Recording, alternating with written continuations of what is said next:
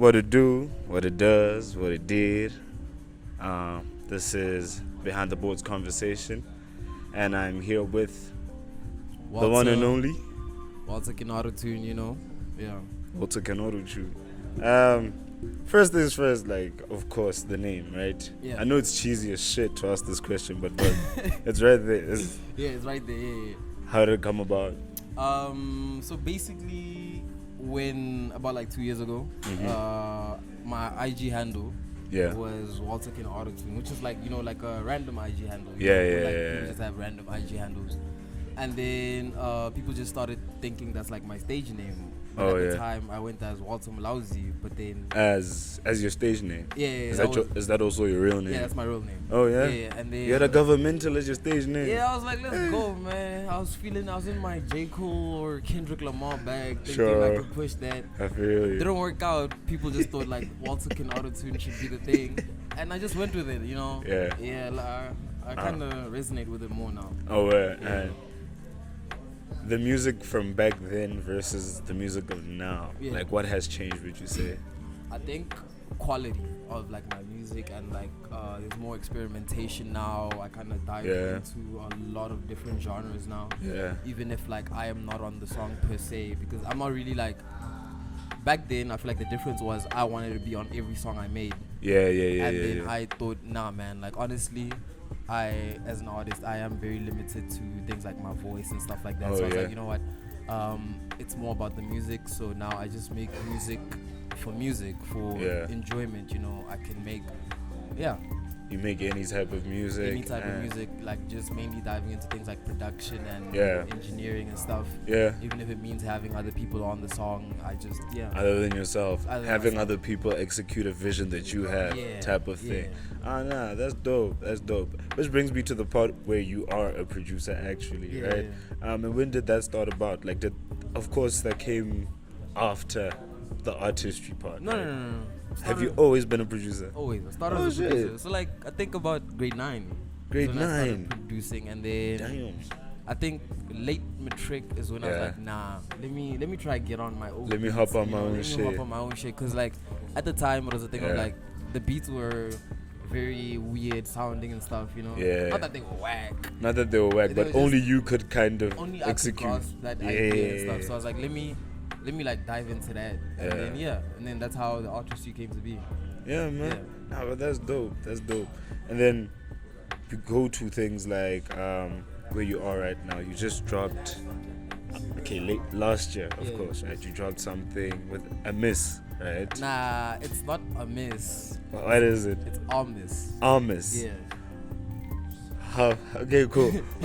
What does Armis mean? Armis is an old French word. It means friends.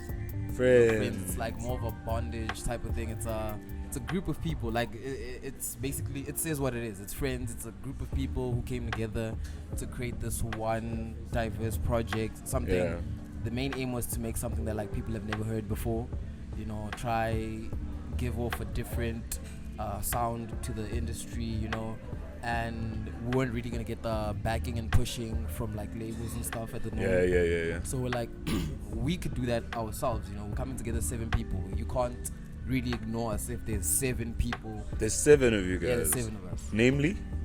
Me, Trigger Nasty, which is the main producer now. And then there's Ukona, there's Sky, there's Tarabi, and then there's Zango. Yeah, that's it. Everyone else. So who are the producers in the collective? It's you and Trigger. Me, Trigger, and then here and there we do dive into letting other people do basically, if you can do it, do it. Oh yeah. If you have an idea, do it. Yeah. For example, with one of the songs on the album, Como de Garçon. Oh. Sky actually made the melody loop on that,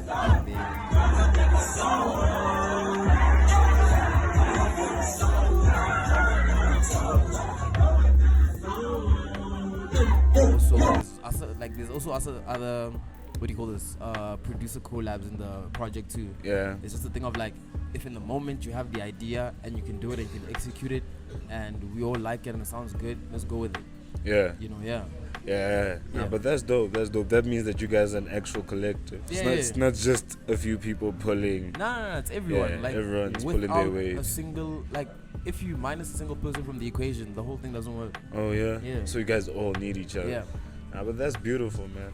That's beautiful. But yeah, before we get into the tape itself, right? Yeah. What would you say, like with collectives like that? What would you say is the hardest thing to overcome? I think the hardest thing is to be on the same page always.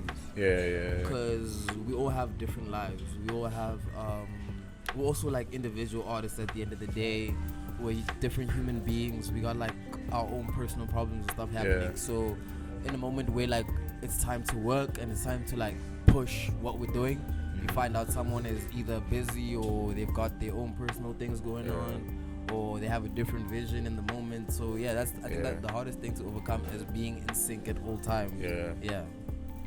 The in syncness of it all. Yeah. So how do you guys normally compromise or go about such things? We just wait it out. You know? Just wait it out. Kind of wait it out. You just give it time and then eventually just all works. Because at the end of the day, we can all do what we're in there for. So if someone is like not on the same page right now, you just be like, man, we'll get there. We'll get there at some point. Nah, man, but that's dope. Dope. Yeah. You guys are very mature about this, eh? It's not a lot of niggas that go about these things like that. Yeah, man, like it's difficult, but like we getting there, Yeah, nah. Okay, and then just to track back, you said you started producing in grade 9 and started actually getting onto music by grade 12, right? That's matric. Yeah. And then since then, like comparing the you of then to the you of now, right? Yeah. What would you say are some of the things that you really had to overcome as an artist and within your personal life scope? I think one of the most difficult things I had to overcome was self-belief. Yeah. You know, like believing in the ability to do what it is I think I can do. Yeah. You know, also, it's just like there's a lot I had to overcome on like my personal side because, you know, being a musician and pushing the whole I want to be a musician chat to the family is like a very unorthodox thing. Yeah. So there's also that, but then now we're kind of moving into a space where they're starting to understand it and support me more, you know. Yeah. And I think that's what's helping whatever vision I have right now, because now it's like full support from like all angles, from people that know me to friends to family to just everyone. To strangers even. To strangers even, you know. Yeah. So I think in that aspect I needed the support more because personally I was in a space where I didn't believe in myself, and having people believe in you, random strangers at most, it really does like kind of help, you know. So I think that's the one thing I overcame. The self-belief thing. Nah, but that's dope. And then when it comes to I would say I won't say the reality aspect of it, but like it truly is, where your kind of music is more leaning into trap and hip hop, and right now in South Africa that's not really making coin. When it comes to that reality, how do you deal with that? Like what else do you do? Do you have anything else that you're doing on the side, or like knowing that like hip hop and trap will never really take you where you want to go in this country because of just like how it's that received. Other genre, you know, that other genre. Yeah, that one. You know that genre. We all know that. Hey, genre. that genre, boy. Yeah, I mean, I don't hate the genre. It's a great genre. It's amazing. It's just that like the fact that like hip hop is overlooked. I don't even want to blame the other genre. I just feel like it's how South Africans consume hip hop per se, and knowing very well that like this is a very tricky, slippery slope in this industry.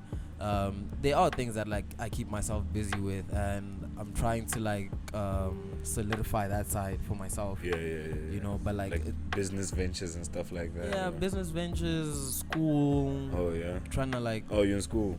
Trying to go back to school. You know. Yeah. So that's the one thing. But yeah, I think. Yeah, I think that's it. Yeah, that's dope. So when you were in school, what were you studying? I was doing mechanical engineering. Oh yeah. Weird, smart motherfuckers. It's a weird concept. It's a very but I hear concept. you. I hear you.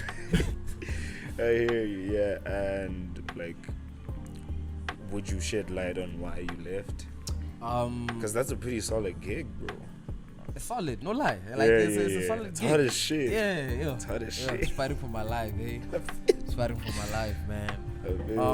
I think one of the reasons I left was because getting there was never really a choice. Oh yeah. It wasn't. Just, what you wanna call it. Post matric, I just woke up one day and I'm like, damn, I have class in a few, and I was like, what do you mean you have class in a few? What are you doing here? Like, why am I here? You know? And in the beginning, I was like, nah, you know, I'm just gonna thug it through and like just finish and just do my own shit. And then I realized I'm really not in a happy space, and it's reflecting on all aspects of my life. It's reflecting into what I really want to do. It's taking time up from my music. It's taking time up from everything, my mental health, and it's just And I guess that's why I kind of left. So largely to preserve your mental health. Largely, Nah, man, it's safe. It's sometimes you gotta choose yourself. Sometimes you gotta choose yourself. Sometimes you gotta choose yourself. But and then when it comes to like dealing with your mental health thing, like I don't know, have you had any serious, scary kind of episodes happen? Hey, that's a tough one, man. I mean, not too long ago though, I'm laughing with my guy here because not too long ago, man, I had like a serious episode that like kind of it was deep. It was crazy. It was deep. I think remember like in the beginning before like we started this, I told you I don't drink or I think so that's one of like my moving factors, like moving forward. I'm trying to like change up my life because that was a life-changing situation. I kind of realized that I'm not in a great space mentally, and just drinking and going out and like the whole thing, it wasn't helping. It was actually worsening my situation. So about 2 months ago, I decided to put myself first and focus on me and what I want to do. And so I had like a scary life-changing situation happen to me, you know. Damn, bro. Yeah. Nah, but at least you're taking progressive steps forward, bro. True. I won't lie. I commend you on being sober. Thank you. Especially while we're at High Grow. But yeah, man, that's actually really dope, bro. Yeah. The fact that you're taking progressive steps forward to like rectify those steps, and like how does it feel knowing that you're in control now? It's a scary thing, hey? Because if can I swear on this? Yeah, I'm out. I mean, it's a scary thing because if I fuck up, it's really on me, hey? Yeah. Like I can't blame anything or anyone. It's really just me. So being in control, it's a great aspect, but then also the responsibility of yourself is on you, you know. So you have to really be willing to want to change and do better and know that like, hey man, at the end of the day you're gonna be good and it's in your hands, I guess. Man, that's a very grown up perspective of things. Dog, I keep telling you niggas is mature, dog. We try. I feel like a child. We try. I mean, it's real life, dog. At the end of the day, it's real life, man. Okay, now let's talk about your discography, right? Okay. Up till this point, right? Because I really tried looking for your shit on SoundCloud, right? But I saw that like not a lot of music is that old. Did you have a previous account? I did. No, not a previous. It's the same account. Same account. I just when was it? Last year Feb.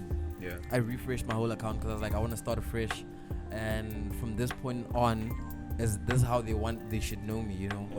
I'm controlling what I've put out, so I can, in a sense, I didn't want them to see the growth, you know. I wanted them to have me from this moment and this moment only, you know. Yeah. So you're basically managing.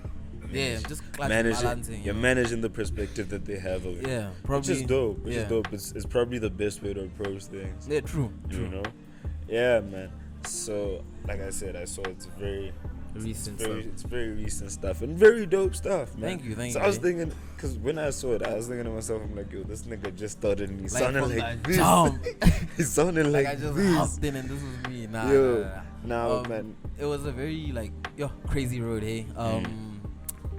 didn't all sound like that. I think it also took time for me to like grow and harness the sound that I was trying to get to. Yeah. And once I finally achieved it, I was like, okay, yeah, this is the point that I want them to like get it from. Yeah. But like everything before that was dope. It's just it wasn't cooked yet. It wasn't cooked. Yeah, it and, wasn't and ready. It probably didn't like represent the same sound. Yeah. So who are your inspirations, man? Because Jesus, with some of those productions on the I Miss thing, right? I was listening to it. I'm like, I don't know, man. I feel like with certain producers, you can kind of tell who their influences are. Yeah. And there's a producer I feel like you guys derive from the same influence. Who's Right? that? Now this is Hope Master. He's from the VAR, right? Okay. He did, No Sleep Bye. by Reason. All in all, there's no sleep. Nah. You don't know that track? I'm sorry. You're I'm sorry. Nah, by the I'm way, sorry. he did No Sleep Yeah. by Reason. Should check it out. He did No Sleep by Reason. But yeah, man, like something about your production really reminds me of his. And Yeah. a friend of mine once told me that people have different schools of production. Oh, yeah. And I feel like you guys have the same ear. So that's what I want to know. Like, who is your influence? My influences, right? It's things like people like Jaden, Travis. Very heavy influences from like Eli Sauce Trey. Oh shit. 451. It's like the way I describe it now. It's sonic trap, sonic R&B trap. It's a thing where like when you listen to a song, there's just so many elements in it. Like it's not just one linear thing. Like that's not repetitive. There's something new, you know, something new that catches your ear. Even with like song structure and shit. Like I think one of the greatest things I think I personally enjoy doing is not giving a song a structure. Oh yeah. Like like for letting example, it take its own shape. Yeah, letting it take its own route, and like for example, like you'd have like an intro, and then there's a hook or the verse, and then from the verse, okay, the hook is coming back. Yeah. Or there's gonna be like it's just a thing of like let it ride until like it reaches a point where it can't do what it's doing anymore, and then just close it off. I saw like now that you mention it, the very unorthodox nature that you approach things. I think on you said Amis, that's how you say it. Yeah. Amis. Amis. On Amis, right? I'm sorry, guys. That's I'm not French. No, it's not even pronounced like that in French. Really? Yeah, we just pronounce it like that. Oh shit. Yeah. These niggas might correct me. on the Amis tape, right? There's an interlude on there that does not sound like an interlude. It sounds like a complete track. A complete track, yeah. I can't remember what track. Can't Stop You. Yes, that interlude. Can't Stop You interlude. What a hectic interlude. It's a complete track. Yeah. So that like your unorthodox nature of like approaching these things kind of reflected in that as well. Yeah, I mean that's the song. dope. Well, in the beginning, we had done Can't Stop You, like the first version. Oh yeah. Which had like Ukona and Lwami. Yeah. And then there's this one day where like Trigger sent beats, and then I'm listening to this one beat and I'm like, damn, this one, like we could do something from this. Let's continue like what we did on Can't Stop You, do that again, but like make it a second version. And then once Lwami sent in his vocals, they were long enough for an interlude. Oh yeah. Like the song, like right after his verse, the song is done. It's done, yeah. And then I'm like, nah, it's just a bit too abrupt to stop like that. Like let's give it more room. Let's let it breathe. So basically, the second half of the song, where you just have like the guy, where you just have Lwami doing his backing vocals and like singing. That second half is basically what the interlude should have been. Yeah. If we're just gonna make it an actual interlude. And then I'm thinking, nah, actually, let's make it an interlude, but a full song. Because interludes, when you hear them, they're really good. They really do. But they're really short. But they're always too short. They're always like, too short. Fuck. Like, let's take that this one I extra got mile. full off. I was like, yo, what an interlude, bro. And once you get to the end, you're like, okay, I just heard some real shit right there. Yeah, man. So yeah, tell me. Now let's get back to your another Amis project, right? Yeah. When did you guys start working on it? Late June. No. Mid-June, yeah. Mid-June last year. So you guys took your time with it. It wasn't like, boom, 4 weeks. Nah. Grinding your ass off. It was supposed to be 4 weeks. Yeah. It was supposed, because remember we went into that June lockdown. Yeah. And then the idea was like, hey man, let's quickly make a tape or a project real quick, and then like once we get out of this lockdown, we drop it. It was supposed to be called the lockdown tapes. Oh yeah. And then when the deadline hit, we're like, nah, it's too soon. Can't let go yet. Yeah, can't let go yet. Let's brew and see what more we could do. And then that's how like it just kept brewing. And then majority of the songs, they were like a lot of demos, like a lot that just never made it to lights. Yeah. But then those final ones that we picked were like the ones that we thought, okay, nah, these are the ones, you know. These are the ones we go with. Yeah, man. And they made for a really dope listen. Man, shout out. Even was this, I'd say, the sequencing of everything. Who was in charge of that? Like putting the tracks together and everything. That was me. That was you. Yeah. Nah, beautiful job, dog. Thank you. It's a very dope job. It really Thank flows. you. It really flows Thank really you. well. And tell me about the reception. Like, after you guys dropped, what was everyone saying? What was? I mean, I remember the day we dropped on the 10th. Yeah. We were actually living like down the road from here. Oh yeah. Yeah. So. Fairview Village. Nah, you see, it's like I don't know what it's called. I forgot. But it's right here, like right behind the what do you call this? The boulevard. Yeah. Oh yeah. So then that same day we dropped. Later that night we had a show, and one of the scariest things was like, okay, we're doing a launch for an album that people are gonna hear today. Yeah. And Holy if shit. they don't fuck with it, they won't pull up to the launch. Yeah. Yeah. So the moment we saw that the reception was great was the moment we were at the show. Yeah. And there were so many people. We're like, At the damn, launch. these people really done came out and like to support. And Shit. and when we're performing the songs, it's not like they were just standing there like niggas was like singing a lot. I'm like, dude, Holy shit. it's We been just dropped it's this. been like 20 Just hours. dropped Like, this. what do you mean? And like that was the moment, the mind turning moment. I was like, okay, people actually fuck with this. Yeah. And then over time, started seeing like, okay, people are really listening to this tape. People are really like fucking with it. It's not just like on a face value thing. Yeah. Like, They're not trying to buy face. Nah. Yeah. And that was really dope. That was really dope. I That was can really dope. imagine, man. Some organic shit. Shit. Yeah, So who found love in Zanzu exactly? it was me, man. Was that you? Yeah. I found What love in happened? Zanzibar. What happened, my boy? Hey, man, like, you know, like when you in the section or like you're there on the floor Yeah. and like it's late. Yeah. You're drunk now, thinking of your bed, just thinking of like some affection, some cuddling or something. Yeah. And you bump into like your groove wife, you know. Yeah. You know, like yeah. there's always that one groove wife that like when you see her, The you think of return like fixture. we cook it. The She knows, return like we fixture. know, like She yeah. knows what it is. And I think it became such a frequent thing that like because around about that time I was going to Zanzibar a lot. Yeah. And then I'd always bump into this person, and it's a thing of like the moment I see her, I just know, damn, that's my groove wife. Like today, it's me and her. It's me and her. Like I don't have to approach no new hands and be like, yeah, my favorite color is red. Yeah. Nah, she's just ready to rock. She's I'm ready. ready to rock. Like that She was already know the dealio. yeah, that was my groove wife, you know. Yeah. Yeah. So that's how I found love inside of Zanzibar. No, but that's dope. That's dope. I bet so many niggas can relate to that. But yeah. True. Yeah. And then, okay, looking forward, I know you guys are performing for the first time, man, together as a group. Together as a group. You guys are performing for the first time on the 20th. Yeah. 420. Weed motherfuckers, but you solo, but it's fine. So yeah, what's going on? What shows that and like? It's a Tree of Life event. So it's a 420 event. But I know we're in High Grow right now, but This nigga. So what?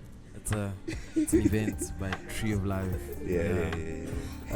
So basically, I got approached by one of the guys who works there. He's like, wanted to book me, and I was like, damn, nah, like that's a proper thing. But like we've been trying to push to get Almost booked as a collective. So we're like, damn, because the last time we actually like performed as a collective was at our launch, which was like a few months ago. And now that's how that came to be, and now we're excited to come together and like be together for the first time For in the like first time. 3 months. 'Cause Yeah. we all live in different areas of Gauteng. Oh yeah. We It's not barely- even the same area, Pretoria. Nah, it's nothing. Gauteng. Gauteng. Everyone's spread around. Everyone's spread around. I'm here in PTA East. Uko's in Cape Town now. Wow. Yeah, and then Trigger is in between Northwest and Joburg. Oh my gosh. Luami in Sarabia and Midrand, and Zango's in Brakpan. These niggas are like the Dragon Balls, bro. Bro, we come together every night. No cap. No These cap. niggas are like the Dragon No Balls. cap. Yeah. No, but yeah, you come together and then magic happens. Magic happens, you get you me? know? Yeah. But yeah, like, what's this? Shit, I lost my train of thought. What's this? You're like the Beyonce of the crew, right? Nah, not really. No, but think about it. Nah, not really. I don't Who's see the that. Beyonce of the squad? I think the Beyonce would have to be Luami. Yeah? Yeah. I've never heard Luami's shit. Are you serious? Yeah, He's the guy on the interlude. Oh yeah, you did say. Yeah. You did say in the second verse. Yeah, but I thought there was only 3 of you niggas, honestly, and I'm For just, real? yeah, because I saw on the tray, on the thing, on the album Shandes, it said Oh. you, Trigger Nasty, and Thing. Yeah, like it's me, Trigger Nasty, and then like you just see the other names. I see the pictures, Oh yeah. but I'm talking about like on Apple Music and shit. no, you see all of us. Really? Yeah. Oh shit, Yeah. I should look deeper. I'm sorry. Yeah. It's I'm okay. sorry. Nah. I apologize, I viewer. think Luami is like the Beyonce of the group, cause that motherfucker can sing and he can sing. rap. Yeah. And they were like, okay, man, we can rap. That's all we got, and he can play guitar, which is fucking weird. So he's an all-rounder. He's an all-rounder. bull. He's that brew, you know. He's that. Yeah. Ah, shit. I hate those bulls, though. I love those brews. You love them? Yeah. Nah, no. 'Cause Can't have them niggas, though. It's inspirational because you're like, damn, this nigga can I'm do playing for real. everything. That's just dope. Yeah. That's just dope. And then, what's this? With regards to your own personal music, man. Yeah. What are you planning in the future? I'm actually working on a solo EP. Yeah. Because you just dropped Double, right? Yeah, I just dropped Double. Yeah, Yeah. which was something that came Hectic. off. What is this? The Almas tape. Something that Oh, didn't yeah, make it yeah. to the Almas tape, which is weird because it's actually such a dope song. What I'm working on right now is my solo project. I don't know when it's gonna come out. Do you have a But- name? Yeah, You already have a name? yeah. It's called Genesis. Okay. Yeah. Genese. Yeah, Genese. Yeah, the beginning to everything, you know. I believe the EP is going to be a good standpoint for the launch of my career, you know. Yeah. So it's going to be a very different project to like the Almas project, because what I'm going to do on this project is I'm going to make music, I'm going to make what I've always been wanting to make, you know. You're gonna make it the way you want it. Yeah, and I'm gonna give like viewers and listeners a piece of me that I don't think I've given yet, Yeah. you know. And overall, the main focus is production and sonics. I don't think you guys have noticed, but we don't really focus on lyricism. Like, lyricism is not a big thing for us. It's feeling, you know, feeling and how it sounds and how it Yeah. makes you feel. Yeah. You know, I could say the dumbest of things, but then But it's about how it made you feel How in that made you moment. feel You in know? that moment? And I think that the project is going to be very heavy on that. Yeah. It's going to be very heavy on feeling and emotion, and yeah. Like, why is that your approach? Why don't you focus so much on the lyricism aspect of it? Because a lot of niggas can rap, a lot of niggas can say shit, a lot of niggas can talk about worldviews and their lives and apartheid or whatever. Like, a lot of people can say things, you know. But it's different when you can mean what you're saying and make other people feel it. Yeah. You know? Yeah. Like, for example,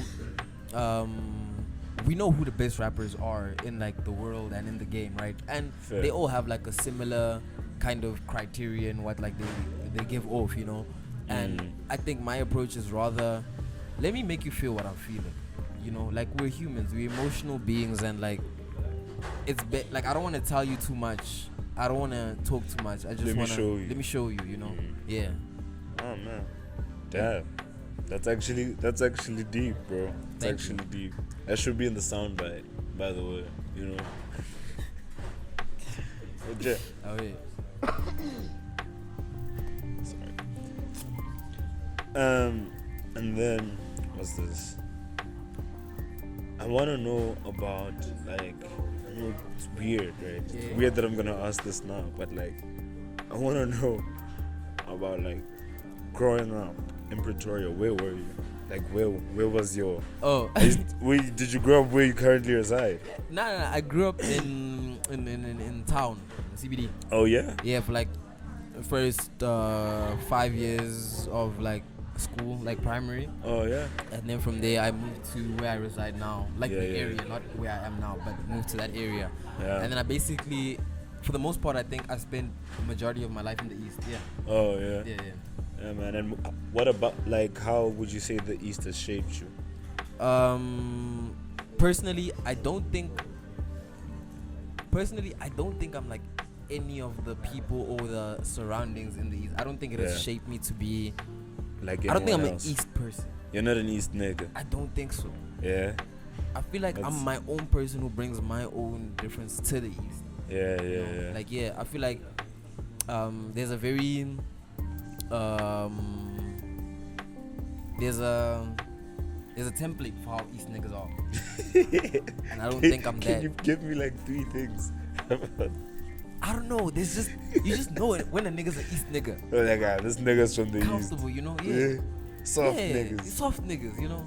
East When he's nigga. soft, East nigga. Behind the camera. Behind the East camera. nigga. You see, so I think like I'm not a very Easty guy. I Yeah, just so yeah, happen yeah. to live in the East, and I do enjoy my time in the East. Don't get me wrong. I love Yeah. the East. I love everybody in it. I love what happens in the East, but Word. You're just not like these niggas, bro. which is not a bad thing. It's not a bad thing, Yeah. bro. It's not a bad thing. Yeah, It's a great thing, if anything. yeah. If know? anything, it's a great thing. Eh? It's a really dope thing to have. And then I'd say growing up. Not even growing up, like even now, dude. Like, which artists within Pretoria are you looking at and saying like, fuck, that bro? Yeah. If I could maybe, like, I know everyone's secret musical crush. Yeah. Man. Everyone's secret musical crush is Yeah. like Anati, right? But like, what I wanna, Okay, Nanula, I hear you. Eh? Anati I or hear like you. Zuchi. Yeah. But like, who else? I think from PTA, man. Well, if you asked me this question last year, man, Yeah. I'd have been like, yeah. But my crushes were people like Miles, Tyson, Oh, yeah. Pure. Oh shit. Yeah, those are like I used to look at them niggas and be like, damn, like you guys are doing what I want to do, and like that is really fucking inspirational, you know. And being able to have worked with all my crushes is like the biggest, crazy, it's you know? crazy, you know. It's crazy. Never did I think in a day would I have a song with Pure or with Miles or with Tyson or with Ifeli, you know, like because those were at the time and still currently are like the niggas that like shaped and are holding PTA's underground scene. Yeah. I feel like people don't deep that PTA has an underground scene, Yeah, but it really facts. does. It And has a very serious underground those are scene. the poster children for it. Personally. But I see Tyson is coming up to the surface. Yeah, He did a track with Tyson, Jay Tyson's Jody. swimming. Yeah, he's swimming. He's swimming. He's swimming. Yeah, and like being able to have worked with Tyson and like Tyson's like everyone's mentor. Yeah. Yeah, like Tyson's like everyone's mentor. He's like everyone's dad, you know, and in a very great way because you don't realize how much you need Tyson as an artist until you have Tyson in your corner. Yeah. He's very wise, you know. He gives off great advice. I think part of He the doesn't rollout. bullshit. He doesn't bullshit. Yeah. I think one of the greatest things Tyson has done for me is he doesn't know this. I don't think he knows this, but the whole rollout for Almas, right? Yeah. And its success is based off of some conversation him and I had in like, I think it was like September.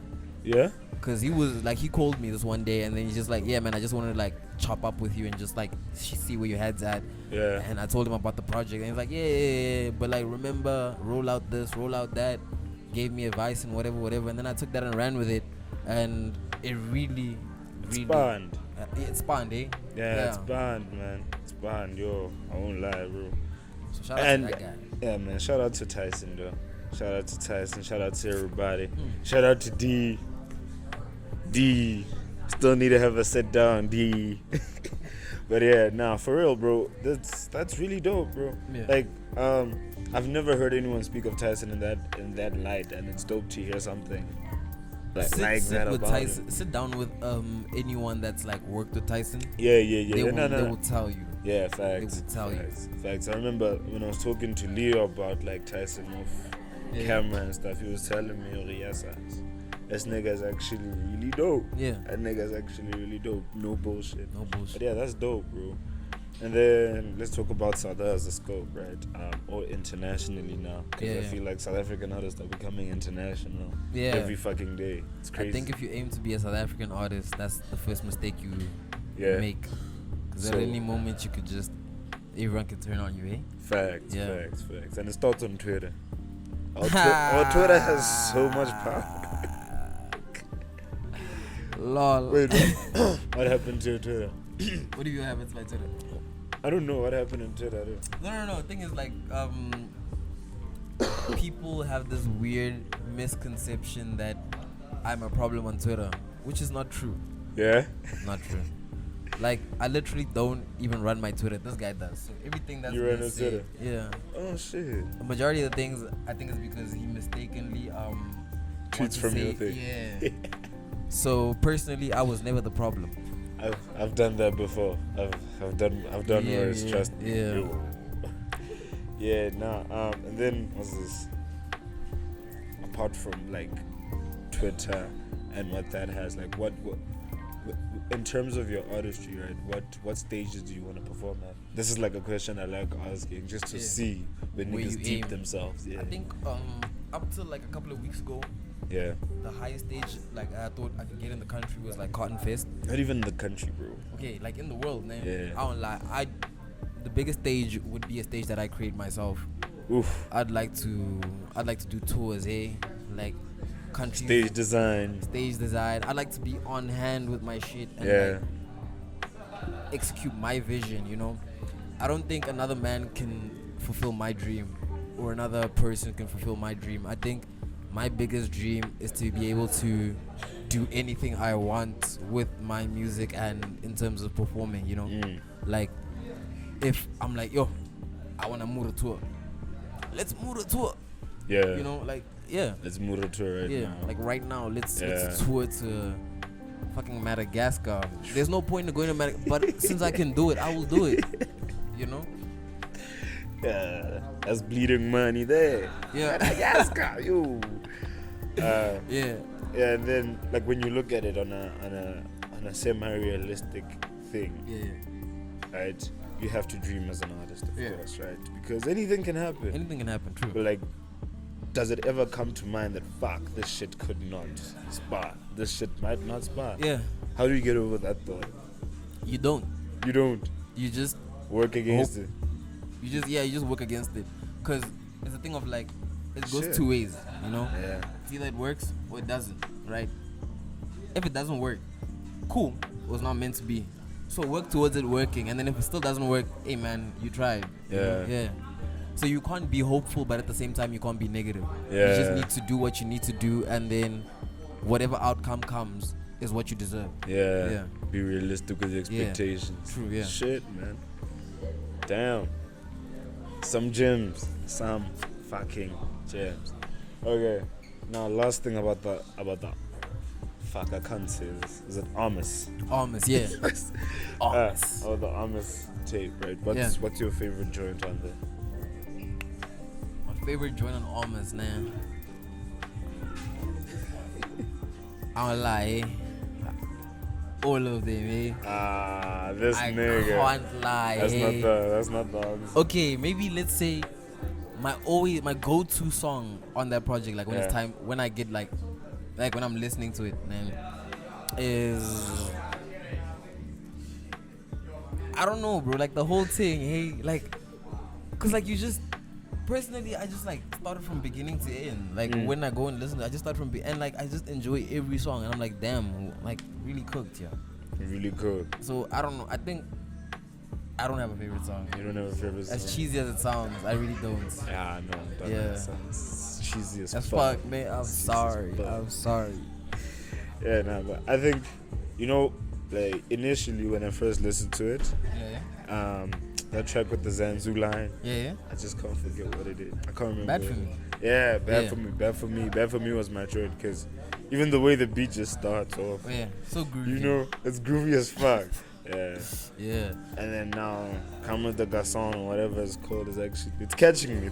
I thought it was such a weird track at first, but now I'm like, hey man, this is actually vibey shit. Come with the Garçon. That was you know, like when like there's a project, there's always that one song that like the money song is what. Yeah.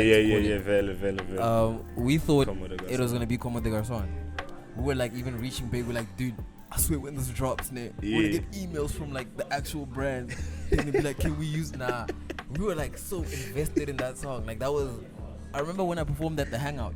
Yeah. That's the song I performed as unreleased. And niggas lost their shit. Niggas were vibing to it, you know. They were vibing to it, and then I was like, okay, nah. Cause I remember before we got on them, Zango was like, let's do Bad For Me as the unreleased. You know, he's like, people are gonna love Bad For Me. And at the time, I didn't see that vision. Crazy, I didn't. I wasn't hearing him, eh?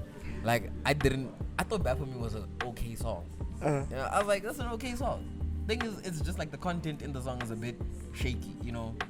Like we're asking for love back. What kind of niggas ask for love back, eh? You know. Oh man, you gotta get on that tip sometimes. Yeah, and then we thought Como de Garçon was gonna be the song, and it wasn't, which sometimes does kind of throw me down because that was my favorite song at a point. That was your favorite joint? Yeah, like it was my favorite to like work on and finish. I was just like, damn, this is the joint. Yeah, but it sounds like it was thoroughly worked on. You know? Yeah, it's a very, very dope joint. Man, I don't know, man. I'm fresh out of questions. Yeah. Can I end it like that? Can I say I'm fresh out of questions? Hey, I'm fresh out of questions. Peace out. I'm playing. What? Sorry? Lost is the song. Oh yeah, fuck. Lost is actually a really dope joint. What inspired that? I remember the day I recorded it. It was the night before we did a studio session. Zango and them were coming to PTA, and then I was like, damn, let me work on like my own shit real quick before like these niggas land. And then I started working on Losses, and I don't know what I was going through in that moment, but it was just building and building and building and building and building and building. And then I checked the time. I'm like, damn, it's 2 a.m. I started this shit at like 6, and like the song is done. I was like, damn, okay. One session. Losses, yeah, one session. Damn. Most things are done in one session. Most things are done in one session. I don't think you can. Personally, I don't think you should come back to the song. Once you close it, Really? don't go back, eh? What the fuck? You won't be in the same. Like I won't lie. Like we have to move it now, eh? We have to move it now. You can't play. Yeah. Yeah, but that's generally something like a lot of artists nowadays really resonate with. Not spending too long on a song. Yeah. Keeping it hard. Can't keep a song for too long. You can't. Gotta let go. Yeah. Never drop or some shit like that. Are you the same? Like, is there shit that you sit on and you're like, after almost 6 months, it's gone? Which one?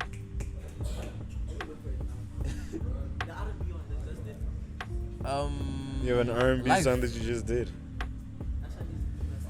Yeah, it was for the EP. It was supposed to be the intro for the EP, and then Can it be the intro for this episode? Nah, I would lie, can't. Come on, please. Nah. I mean, like, a snippet, like 30 seconds. I mean, if we had a speaker, then away. But like, I mean, you can send it through, man.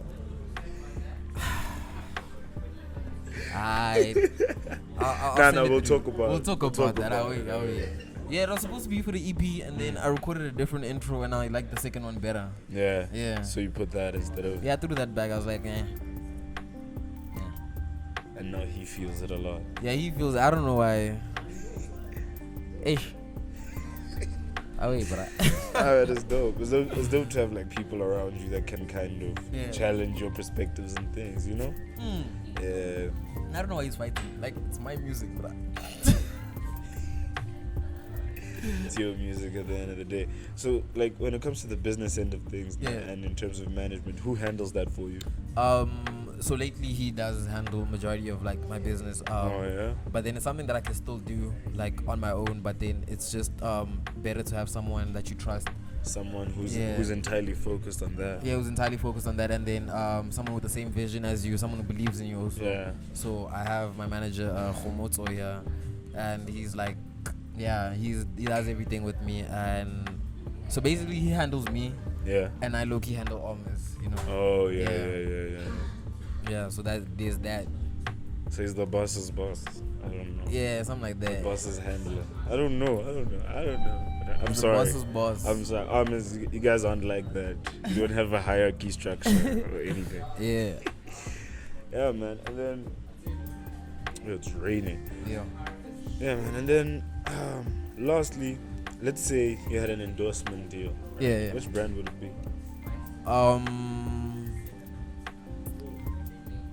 It'll be K-Way. K-Way. Yeah. Like K-Way. Like, you know the mountain. Yeah. Why do you like hiking? I Do like you hiking. That's some East nigga shit, by the way. Nah, it's not. It's some East. vendor nigga shit. No lie. Personally. Okay, explain. I think the reason it'll be K-Way, man. I feel like, I don't know, man. I've seen a lot of white people in my life and time, and they dress really dope, man. And I'd like to like have some black flair on it, you know. Add my little. I mean, I'm looking around. I see white people in here. Though. yeah. Okay, but not these ones. These are the young ones. I'm talking about like the 40-year-old engineers or the 40-year-old like. Oh, Yeah, but you know, okay, now that the ones makes that drive sense, the that makes Hiluxes sense. and What's stuff. your dream car? Legend 50. Yeah, the Legend 50, double cab. Some you know, engineer shit. Yeah. With like Yo. the crazy tires, you know, the big ass tires. yeah. And then it has the little snorkel on the side, you know. And then it has the bearings by the bucky part. Like, it doesn't have the canopy. Like, with the bearings though, yeah. Around. Yeah. Yeah. And then maybe some seats facing backwards, you know, those like safari seats. Yeah. Yeah, and then probably get that in like khaki color, you know, like khaki color. Yeah. Ugh. Like when you see me on the highway, you're just gonna move, bro. Yeah. That's my dream car, yeah. It's different. Wow. Wow, bro. Wow, dog. No, but that's dope, bro. I can't judge you. You have an engineer's taste. You really have an engineer's taste. But yeah, man, I think we're just about ready to wrap it up. You know? Now it's been really dope, dog. It's been dope, bro. It's been dope. I love the fact that the conversation genuinely surprised me in every aspect. Yeah, man. And I think my favorite thing about like doing these things is that after one of these, like even listening to your music, my perspective is kind of different. Oh, yeah. Like I understand it for what it is. Like, had you not explained, let's say, the lyricism thing, you find that in a month's time, I'd feel kind of weird about listening to it and think like I'm on these lyrics or whatever. But like, the fact that you actually do it intentionally to evoke emotion, I think that's really dope, bro. That's really dope. I'm gonna give everything a different ear now. Yeah, but I really dig your shit, and that's exactly why we're doing this, bro. Any last words from your end? I just like to say, man, like thank you for guys for having me here. Like this is really fun talking and you know having questions come off the bat.